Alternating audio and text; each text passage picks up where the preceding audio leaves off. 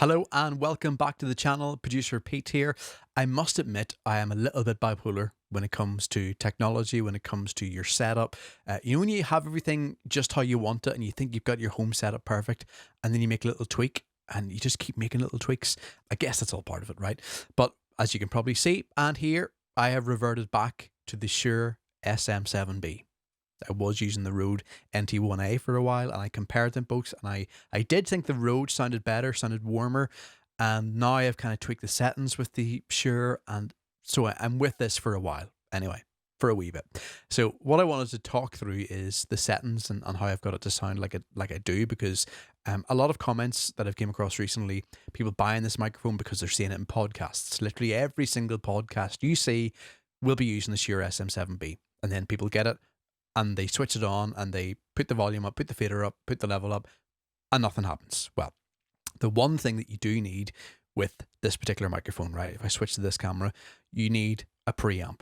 Okay, so whether it be a cloud lifter, a lot of people are using, whether it be your interface that has a mic preamp on it, what I'm using is the DBX286S. So it's a preamp and a processor. So it's kind of all in one, right? So I'm going to talk through some of the settings on this processor of how I've got it to where it is today. Now, this is going to be different to everyone's setup, all right? So everyone's voice is going to be different, everyone's room is going to be different, the space is going to be different. It's not going to be exactly the same. But the one thing it is going to be the same is the level of preamp, because the Shure SM7B needs a lot of gain, right? That's why people are using maybe cloud lifters first and then get into their interface. But the good thing about the DBX, it's built in. So pretty much max there, as you can see, with the preamp.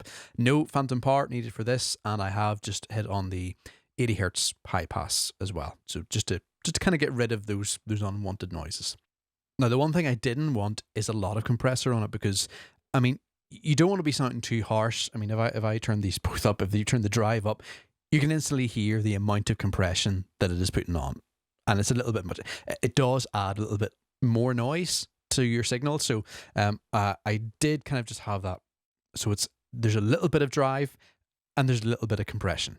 All right. So it lights up occasionally when your voice is a little bit too loud, but generally it's not really being used. Just turn that drive down a little bit more.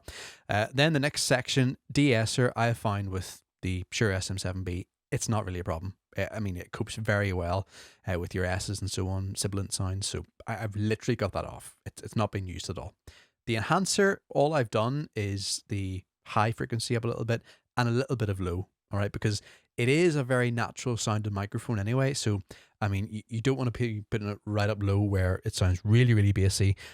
When it is that high with the low frequency, you can tell just it sounds a little bit too muddy and a little bit too much, because there already is quite a lot of bass in that. So I've kind of got that in between 2 and 3, and just above 3 for the high frequency there, because obviously the more you turn that up, the more clarity it gives to your voice, but then it goes a little bit too much, you get a little bit too high. So you kind of have to mess a little bit about with that regarding your voice. So just to give your voice a little bit of clarity, but also to give it a little bit of bass as well, but nothing too overkill, right? You still want it to sound natural.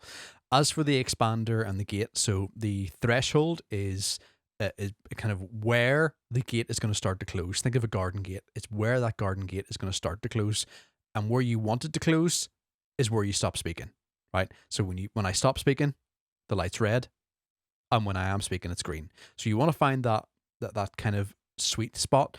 I find 2 to 1 is good for voice, because it kind of opens and closes quickly enough, but not too quick.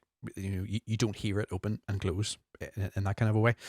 Whereas to start from scratch, if you turn the threshold completely off, you're now hearing every single sound, all right, without that gate being opening or closing. So you kind of bring that up until you can hear no background noise. All right, so that's, and if my camera was in focus, it would help, but you can bear with me. So if I start to bring that up,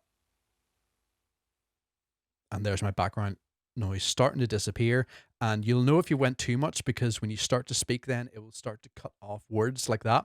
So, and I mean, for my setup, I found round about -30 is going to be that sweet spot. But again, it's going to be different for every setup. Every room is going to be different.